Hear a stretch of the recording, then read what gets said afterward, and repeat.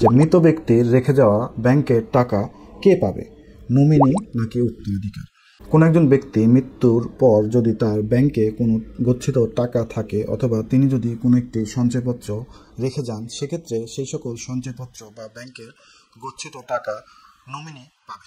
অর্থাৎ মৃত ব্যক্তির যদি কোনো নমিনি বিদ্যমান থাকে অথবা মৃত ব্যক্তি যদি সঞ্চয়পত্র খোলার সময় নমিনি নির্বাচিত করে রেখে যান, সেক্ষেত্রে মৃত ব্যক্তির মৃত্যুর পরে তার রেখে যাওয়া ব্যাংক অ্যাকাউন্টের টাকা এবং সঞ্চয়পত্রের টাকা নমিনি পাবেন।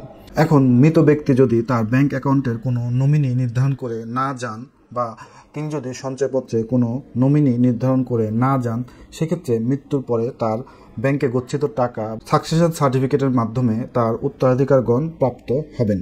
বাংলাদেশে দেখা যায় যে অনেক ক্ষেত্রে আমরা ব্যাংক অ্যাকাউন্টের নমিনি নির্ধারণের ক্ষেত্রে বা সঞ্চয়পত্রের নমিনি নির্ধারণের ক্ষেত্রে উদাসীন থাকি, কিন্তু বাংলাদেশের প্রচলিত আইন অনুযায়ী নমিনি গুরুত্বপূর্ণ একজন ব্যক্তি।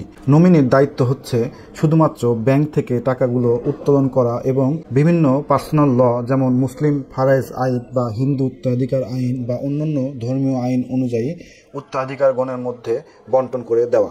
এখন প্রশ্ন হচ্ছে যে নমিনি যদি ব্যাংক থেকে টাকা উত্তোলন করে এই সকল উত্তরাধিকারগণের মধ্যে এই টাকাগুলো বন্টন করে না দেয়, সেক্ষেত্রে উত্তরাধিকারগণ নমিনির বিরুদ্ধে আইনগত ব্যবস্থা গ্রহণ করতে পারবে।